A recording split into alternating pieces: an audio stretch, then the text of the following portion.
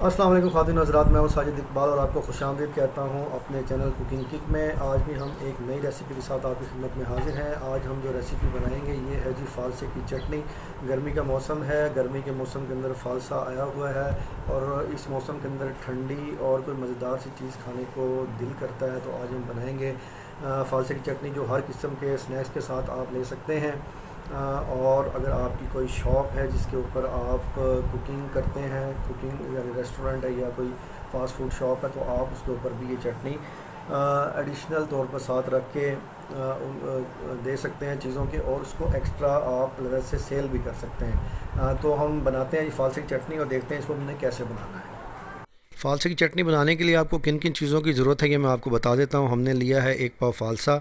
इसे धोकर हमने डंडियों वगैरह से साफ़ करके रख लिया है। और इसके अंदर हम डालेंगे, जो पहली चीज़ वो है जी 1/4 टीस्पून काली मिर्च का पाउडर। काली मिर्च का पाउडर के बाद हम डालेंगे 1/2 टीस्पून लाल मिर्च, कुटी हुई लाल मिर्च, 1/2 टीस्पून काला नमक, और हम डालेंगे आधा पाव चीनी और 2 टेबलस्पून सिरका। इन तमाम चीज़ों को डालकर हम चटनी तैयार करेंगे।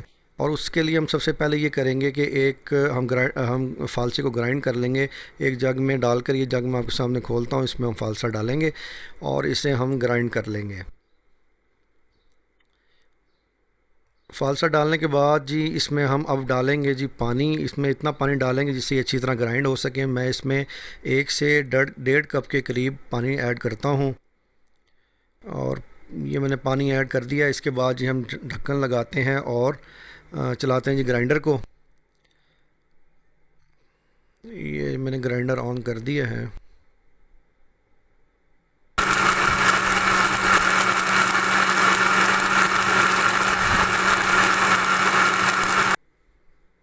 मैं चेक करता हूँ, ये देखिए जी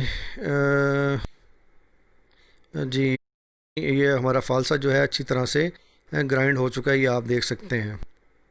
इसको मशीन को हम एक तरफ रख देते हैं और यहाँ पे रखते हैं एक बड़ा सा बाउल, और इसके अंदर हम निकाल लेंगे फ़ालसे को और इसको हम छान लेंगे एक छलनी से। हमने थोड़ी सी मोटी छलनी ली है, बिल्कुल बारीक छलनी नहीं ली। इसको इसलिए ली है ताकि इसका पल्प नीचे निकल जाए, तो और बाकी बीज ऊपर रह जाए। मैं एक चम्मच की मदद से इसे अच्छी तरह से हिलाता हूँ ताकि इसका जो पल्प है, जो गाढ़ा गाढ़ा पल्प है, ये सारा का सारा नीचे निकल जाए। ये आप देख सकते हैं एक बाउल के अंदर हमने निकाल लिया है, ये पल्प सारा का सारा इसमें आ गया है। इसमें ये हम बाकी तमाम के तमाम मसाले ऐड करेंगे जो भी साथ रखे हुए हैं, और इसे हम चटनी बनाएंगे। और इसको हम शिफ्ट करते हैं इस बाउल में से एक पैन के अंदर ताकि इसे पकाया जा सके। ये देखिए जी मैंने पैन के अंदर इसे निकाल लिया है और इसके अंदर अब हम ऐड करेंगे ये तमाम मसाले।